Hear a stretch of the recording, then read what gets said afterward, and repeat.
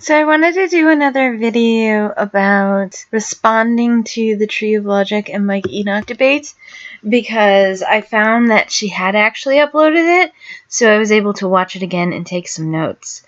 So one of the things, first thing in my notes is Europe is hit the hardest with malicious immigration. This is true. I believe he said that.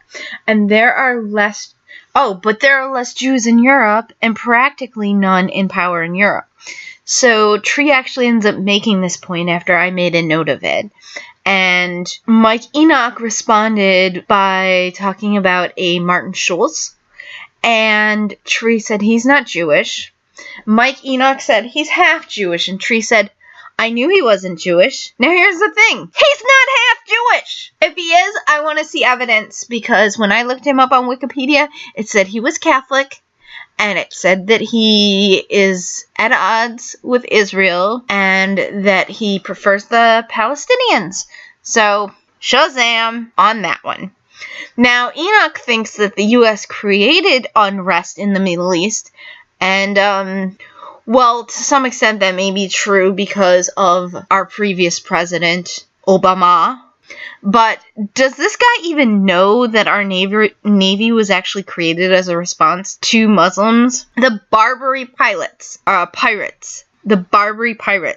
they were on the shores of Tripoli. This is part of the Navy anthem or the Marine anthem or something.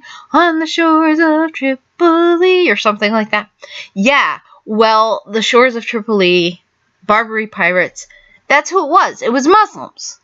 It's so, detached, because we talk about them being the shores of Barbary or barbarians, but we don't actually attach the fact that this is indeed Muslims that we're talking about. The shores of Tripoli. Tripoli, if you look it up, is one of the tips of Libya, which is currently an Islamic majority nation. So the Iraq War, he kept saying that was about Israel. Except I was around in the 90s, and I remember everybody was whispering about how we were actually going to war for Bush's company. It wasn't his company, it was his brother's company or something. Was an oil business, and this was very well known. I mean, I guess you'd even call it a conspiracy theory, but everybody talked about it. I was in high school, and I remember other kids talking about it. I remember teachers kind of talking about it and saying, I'm not supposed to tell you this, but my high school, basically, looking back, they taught me conservatively to be a conservative, but I always was. I remember in my school district, one of my social studies teachers teaching us about the Second Amendment and how it's important for us to support it even if we don't want to have guns, because it's a hedge against tyranny. So there's that. But anyway, that's actually train of thought. Derailing here a little bit. But, so one of the things that's important to know is that you can't really blame the war with Iran on Jews. If you want to point to how many Jews are in Congress and such now, but Iran was going on, at least from the 70s on, in the early 80s. Iran and Iraq were already fighting. I know this because my aunt used to call my sister and I Iran and Iraq. And I remember one time I asked her, well, which one's which? She's like, it doesn't matter. And I'm like, well, what's the point? So the point was that Iran and Iraq were always fighting, and my sister and I were always fighting. So anyway, stating that the U.S. started it, it's ridiculous. I mean, and to say that they started it for Israel or something, this is just ridiculous. This isn't even talking about the things that the quote-unquote Palestinians are always doing to Israel. But anyway, and supposedly the U.S. destabilized the Middle East and caused the refugee flow into Europe. Well, the retarded thing there is that Europe let them in. So supposedly the West destabilized the Middle East, and then they let the refugees into Europe. And somebody pointed out, how ridiculous is it that, you fight a country and then, you let their people into your country? Especially given the kind of climate that we have with the the people coming from the Middle East. I mean, they were talking about, I remember in the 80s, they were already talking about, they wanted all of the West to die. This was occasionally on the news. It was definitely talked about. I learned in school about jihad in like 5th grade, 6th grade. So that would have been the late 80s. These are things that were known. Anybody who's my generation or older, they're going to know about this stuff. All of these boomers that just want to, love the world, it's time, they remember back to the 70s and the 80s. And once they remember these things, hopefully they too can wake up. Because this is one of the things, I was watching at one point, Brigitte Gabriel, and she was telling her story.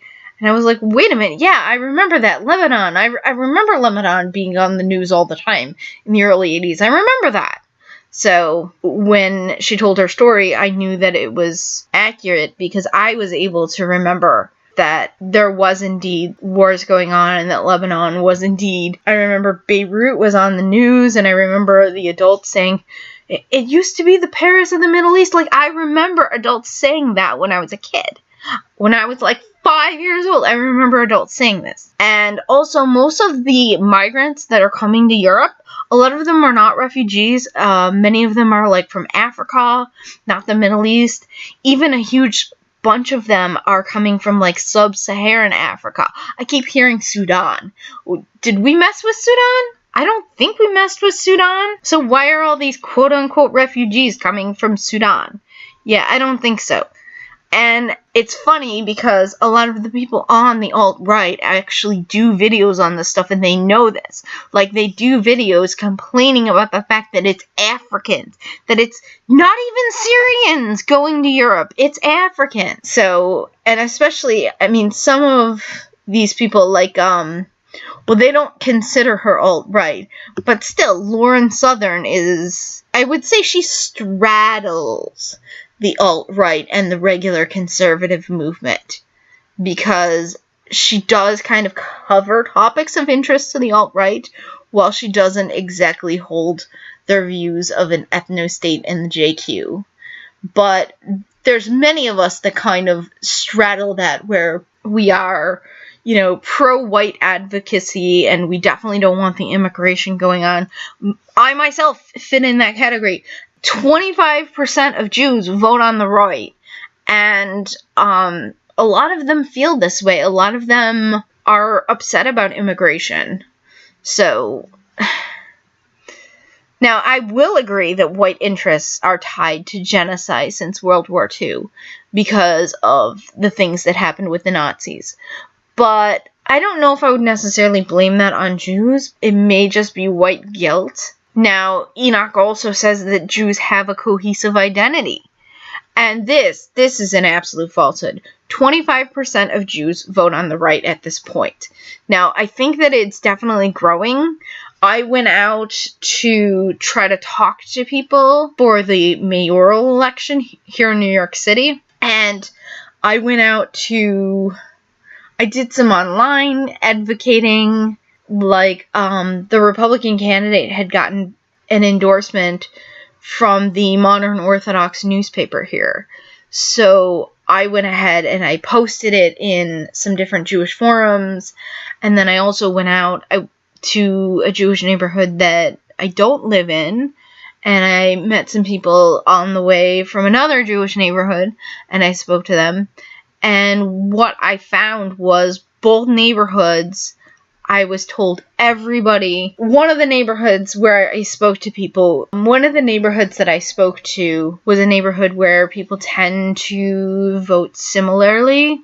So the women that I spoke to there, they said that they had spoken to people in their neighborhood, and that because of the things that happened with Obama, these two women from that neighborhood told me that their neighborhood is not voting Democrat anymore.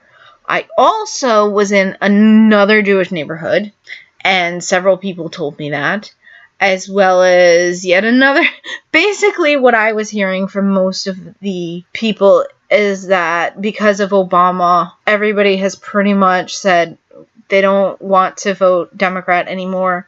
So, unfortunately, the Republican candidates for mayor did not win, but I believe that she probably got a large percentage of the Jewish vote. I do know, I didn't see the map, but somebody told me that in one of the synagogues is a map from, I don't know if it was the last election or the 2016 election, and they said that one of the Jewish neighborhoods in particular, they were like, this neighborhood is a sea of red surrounded by blue. So mostly it's Reform Jews. Now, I had launched a survey for Jews on the right, and I asked as one of my questions what kind of Jew people were, and none of the people responded saying that they were Reform. I got answers. I don't have enough results to actually cover the whole survey, but so far, every single person who's taken it none of them have said they were Reform. And the Reform Jews are the ones that are pushing communism. They are the ones that are pushing it right in synagogue. I know this because I get into it. In fact, 10 minutes ago, I was arguing with this woman. There is this Reformed Jewish woman that I get into it with on Facebook. She tells me I'm not a good Jew, and I'm, racist, sexist, xenophobe, homophobe, and all those others. Well, you know the drill. We've all heard it. She throws that crap at me constantly. So, but interesting. So this whole thing started with her, and at first, she was like, oh, you're not a good Christian. You don't love people enough. You're not a good Christian, because she didn't realize I was a Jew at first. So, and that's when I was like, no. And I started getting into it with her, and I told her she wasn't a good Jew, and she told me I wasn't a good Jew. And we still go back and forth. She always says, oh, goodbye, I'm blocking you. She never blocks me. She might now. I think she was. She told me one time she watches my channel. Like, one of the videos that I put up, she was like, I had mentioned her in that video too, and she was like, I'm not this, I didn't say that. But basically, she and I get into it. That is absolutely undisputable. She and I get into it, and she constantly like, oh, you're racist. So, anyway, but one of the other things from the Enoch debate was, Enoch said, Jews themselves will tell you. So, yeah, way to get out of actual statistical data. He kept using all these organizations saying, well, this Jewish organization says this Jewish organization says this. And my key point that I'd like to make is that we are not a monolith, and there are 25% of Jews that vote on the right. And as one of those 25% of Jews who vote on the right, I have been trying to move people over. I've been trying to convince people of the error of their ways. And, I mean, I hope I'm making a difference. I have, this YouTube channel, and I hope that, people share my videos. In particular, maybe if Jewish people are watching my videos, they can share them on their Facebook and stuff, because I think that it could hopefully convince other Jews to make sure that, they're thinking about it. The left just does not have our best interests at heart anymore.